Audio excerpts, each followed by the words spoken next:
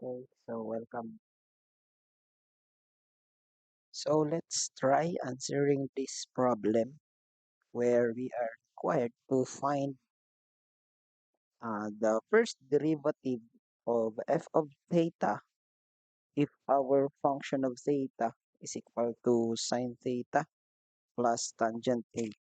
Now, based dun sa pinag-aralan natin noon, di ba kung pag-aaralan or kung natatandaan natin. So, ang sine, ang derivative ng sine, so alam na agad natin yan, that the derivative of sine u,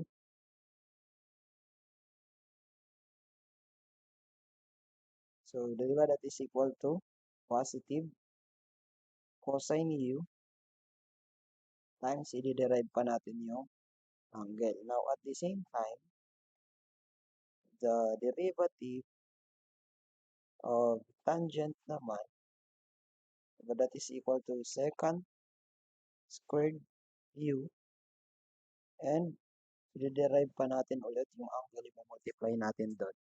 Now, given that meron tayo nitong function na to, f of theta is equal to sine of theta plus tangent of theta. Now, para makuha natin yung first derivative of theta, so di ba we need to differentiate sine of theta and differentiate din natin yung tangent of theta. Okay? So, anong derivative ng sine? Di ba ang derivative ng sine that is equal to cosine theta times derivative ng theta with respect to theta that is equal to 1. So, du pala. Oh, plus, ano derivative ng tangent? So, di ba sabi natin that is equal to secant squared theta times the derivative of theta with respect to theta which is 1. So, therefore, our f prime of theta is equal to cosine theta plus secant squared theta. So, ganun lang kadali ang pag-differentiate using trigonometric or uh, ang pagde-derive ng tangent function. Now we have another example here. So, next example. Okay, so ito naman.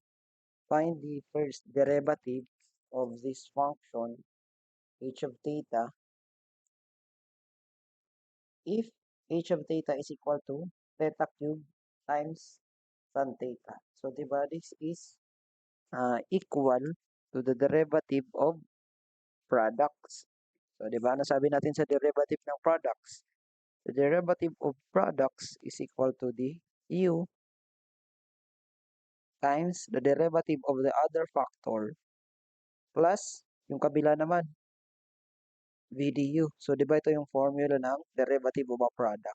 Now, if we let u is equal to theta cube, okay? Kumbaga ito ang ililet natin na u and ito yung v natin. Okay, so ang v naman natin is equal to tan theta. Okay, so let's derive. Anong derivative nito? Sibot, this is equal to 3 theta. Okay, so chain rule. So, di ba yung 3 bababa dyan, theta. Yung 3 babawasan natin ng isa times the derivative of theta. Okay, so at the same time, sub natin to.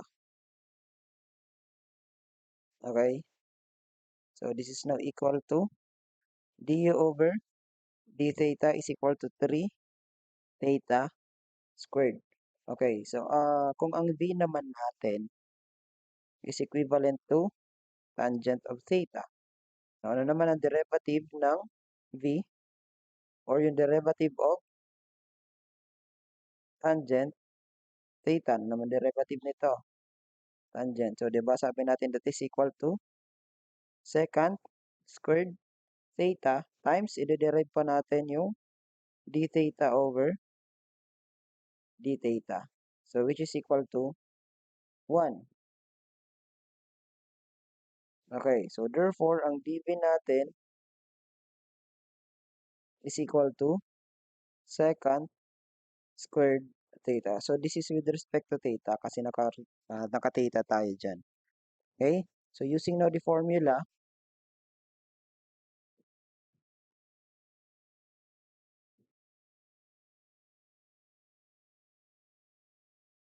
sige, using the formula, derivative of u times v is equals to u dv plus v du is equal to, ano yung u natin? That is equal to theta cube times our dv with respect to theta is secant squared theta plus, ano yung v?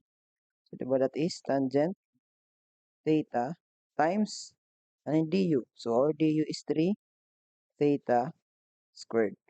So,